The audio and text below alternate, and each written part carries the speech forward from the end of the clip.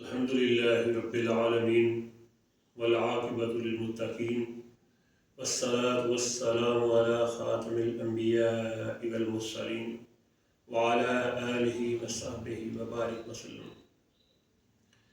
اللہ تعالیٰ نے ہمیں بے شمار نعمتوں سے نوازا ہے، اور اس بات کو اللہ تعالیٰ قرآن پاک میں فرماتے ہیں وَإِن تَعُدُّوا نِعْمَتَ اللَّهِ لَا تُحْصُوهَا۔ سورہ ابراہیم میں اللہ تعالیٰ نے فرمایا، اور اگر تم اللہ کی نعمتیں گنو تو انہیں شمار نہ کر سکو گے۔ اللہ کی بے شمار نعمتوں میں سے ایک نعمت زبان ہے۔ زبان اللہ تعالیٰ کی بہت بڑی نعمت ہے۔ زبان انسان کے ذہن کے اندر جو کچھ چل رہا ہے اور اس کے دل میں جو کچھ چل رہا ہوتا ہے اس کو ریپریزنٹ کرتی ہے، اس کی ترجمان ہوتی ہے۔ ہمارے اندر جو بھی چیزیں ہیں ان کا اظہار ہم زبان کے ذریعے سے کر لیتے ہیں۔ اس کا صحیح استعمال جو ہے وہ ثواب کے حاصل کرنے کا ذریعہ بن سکتا ہے، اور اس کا غلط استعمال وعید عذاب ہے، اس کی وجہ سے عذاب آ سکتا ہے، اللہ تعالیٰ کی ناراضگی ہو سکتی ہے۔ تو اسی لیے رسول پاک صلی اللہ علیہ وآلہ وسلم نے فرمایا، جو شخص اللہ اور یوم آخرت پر ایمان رکھتا ہے اسے چاہیے یا تو وہ بھلائی کی بات کرے ورنہ خاموش رہے۔ یہ صحیح بخاری اور صحیح مسلم کی حدیث ہے۔ نبی کریم صلی اللہ علیہ وآلہ وسلم نے دوسری حدیث میں فرمایا کہ فضول باتوں کو چھوڑ دینا آدمی کے اسلام کی اچھائی کی دلیل ہے۔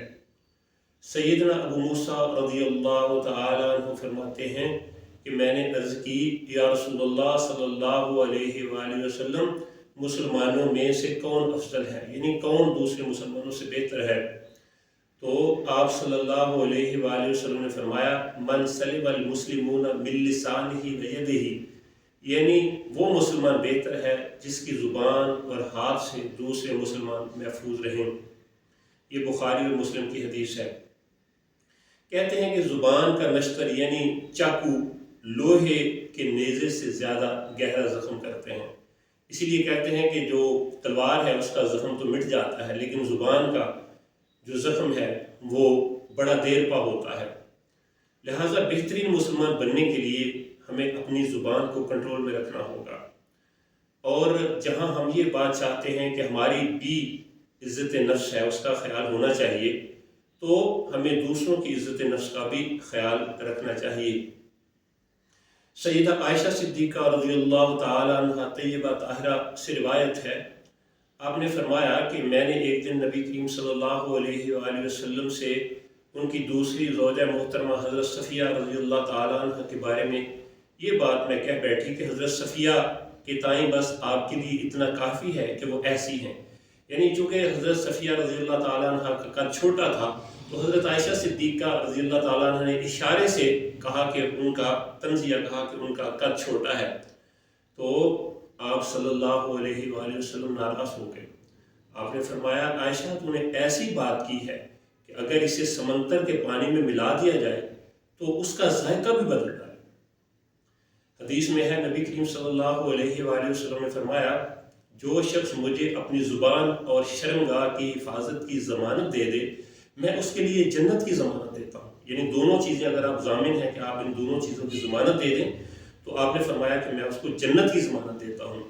اور آپ نے فرمایا وہ دو، پھر اگلی حدیث میں آپ صلی اللہ علیہ وآلہ وسلم نے فرمایا کہ کیا تم جانتے ہو کہ لوگوں کی کثرت کے ساتھ کون سی چیز جہنم میں داخل کرے گی، یعنی کون سی چیز جہنم میں داخلے کا سبب بنے گی؟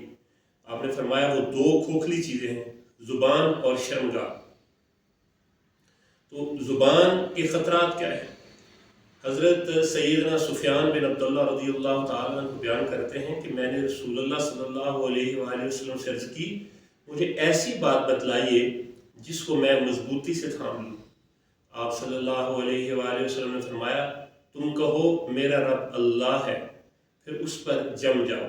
میں نے عرض کی، یا رسول اللہ صلی اللہ علیہ وآلہ وسلم، سب سے زیادہ خطرے والی چیز کیا ہے جس کا آپ کو مجھ سے ڈر ہے، اندیشہ ہے؟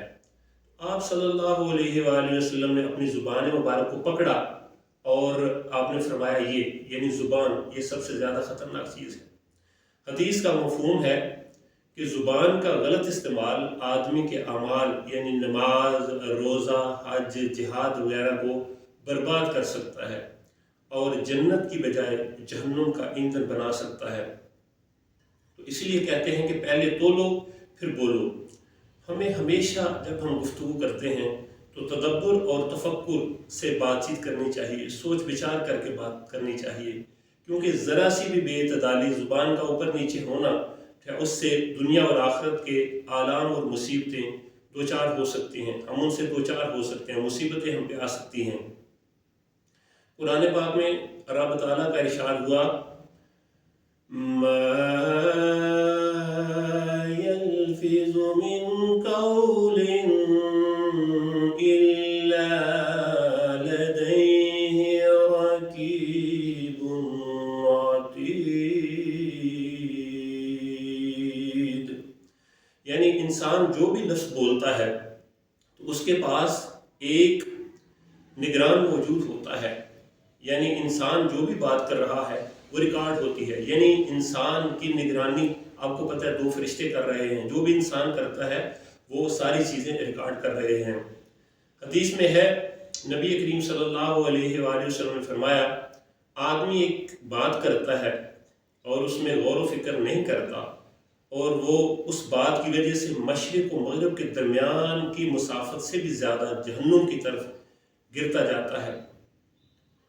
نبی کریم صلی اللہ علیہ وآلہ وسلم نے فرمایا جب انسان صبح کرتا ہے یعنی اپنی صبح کا آغاز کرتا ہے تو اس کے تمام اعضاء جو ہیں وہ زبان کی منت سماجت کرتے ہیں، اس کا ترلا کرتے ہیں اور کہتے ہیں کہ ہمارے بارے میں تجھے اللہ تعالیٰ سے ڈرنا چاہیے، بلا شبہ ہمارا معاملہ تیرے ساتھ وابستہ ہے، اگر تو درست رہے گی تو ہم بھی درست رہیں گے، اور اگر تجھ میں ٹیڑھا پن آ گیا تو ہم بھی ٹیڑھے ہو جائیں گے۔ مثال کے طور پہ اگر کوئی شخص کسی کو گالی دیتا ہے تو مار تو پھر جسم کو پڑتی ہے، اگر تو درست رہے گی یعنی زبان سے دوسرے اعضاء کہتے ہیں اگر تو درست رہے گی تو ہم بھی درست رہیں گے، اور اگر تجھ میں ٹیڑھا پن آ گیا تو ہم بھی ٹیڑھے ہو جائیں گے۔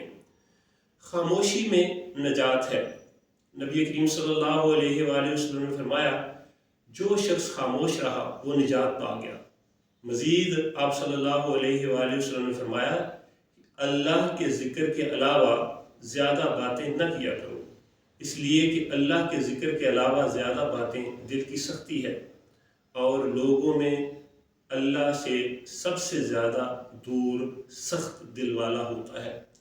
آج ہم اگر غور کریں تو ہمارے لوگوں کے ساتھ تعلقات کی خرابی کی ایک بہت بڑی وجہ جو ہے وہ زبان کا غلط استعمال کرتے ہیں، ہم زبان کا صحیح استعمال نہیں کرتے اور ہمیں ایک عادت سی پڑ گئی ہے کہ ہم کچھ نہ کچھ بولتے رہتے ہیں، اور جب ہم زیادہ باتیں کرتے ہیں تو اس میں کثرت جو ہے وہ جھوٹ کی ہوتی ہے یا غیبت کے امکانات زیادہ ہوتے ہیں۔